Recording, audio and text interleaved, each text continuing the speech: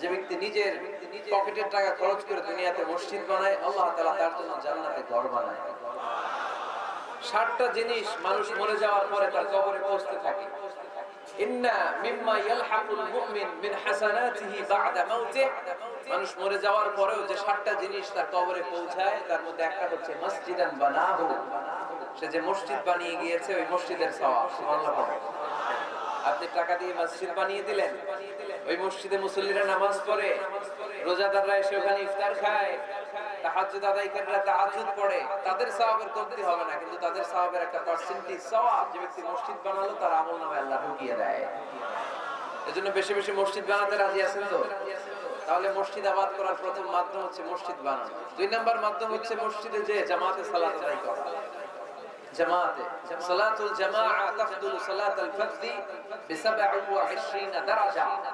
ঘরে নামাজ পড়লে একা একা পড়লে যেই সওয়াব, জামাতে পড়লে 27 গুণ বেশি সওয়াব। সুবহানাল্লাহ বলতে পারলেন না? এই নামাজি আমার ঘরে নামাজ পড়ো আজ, দিল মে তোমার চরণ তলে হৃদয় যায় নামাজ। হে নামাজি আমার ঘরে নামাজ পড়ো আজ, দিল মে তোমার চরণ তলে হৃদয় যায় নামাজ। পড়েন আল্লাহু আকবার।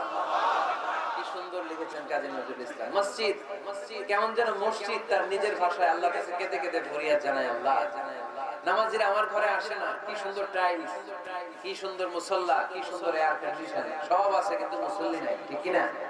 মসজিদ দিল আল্লাহর কাছে ফরিয়াদ জানায়। এজন্য আমরা যেন মসজিদমুখী হই। কি মুখী? আওয়াজ করে বলতে হবে, কি মুখী?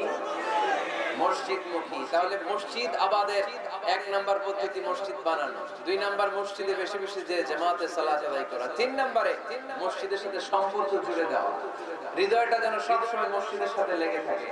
আল্লাহর হাবিব সাল্লাল্লাহু আলাইহি ওয়াসাল্লাম বলেন, সাবআতুন ইউযিল্লুহুমুল্লাহু ফি যিল্লি ইয়াওমা লা যিল্লা ইল্লা যিল্লু। 7 শ্রেণীর ব্যক্তিকে আল্লাহ তাআলা কিয়ামতের দিন আরশের নিচে ছায়া দিবে, যেদিন আল্লাহর আরশের ছায়া ছাড়া কোনো ছায়া পৃথিবীতে থাকবে না। সেই দিনটা কি এই দিনের মতো? কিয়ামতের দিনটা আজকের এই দিনের মতো হবে? 50,000 বছর হবে। এটা লেন্থ, এটা ডিউরেশন। قاعا صفصفا لا ترى فيها عوجا ولا امتا, level playing field, তামার জমিন। একটু কল্পনা করেন তো ওই দিনটা কত ভয়ঙ্কর। বাবা ছেলেরে চিনবে না ওই দিন, ছেলে বাবারে চিনবে না, স্ত্রী স্বামীকে চিনবে না, স্বামী স্ত্রীকে চিনবে না, পীর সাহেব মুরিদ চিনবে না, মুরিদ পীর সাহেবকে চিনবে না, নেতা কর্মীকে চিনবে না, কর্মী নেতাকে চিনবে না। হায় হায়, ইয়া নফসি ইয়া নফসি বলে কাঁদবে।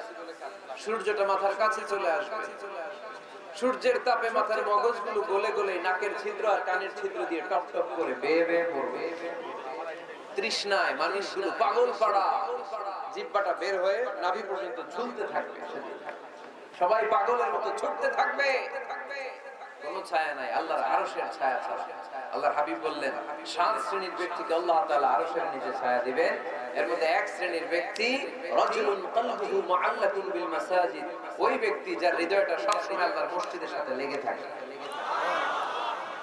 মসজিদের সাথে যার হৃদয় লেগে থাকে তাকে আরশের নিচে ছায়া দিবে কে?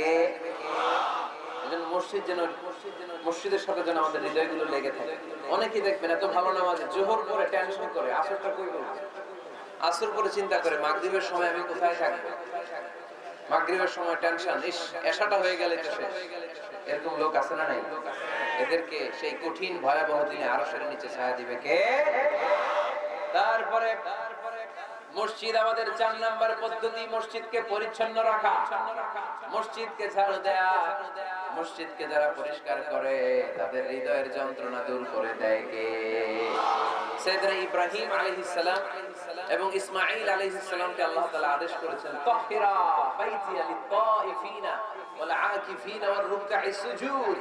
হে ইব্রাহিম ইসমাঈল, বাপ বেটা দুইজন মিলে মসজিদ ঝাড়ু দাও। কি ঝাড়ু দাও? মসজিদেরি ঝাড়ু বড়দার ও কমারে হাত শোনো আমার মুনাজাত। পড়েন, শোনো শোনো ইয়া মুনাজাত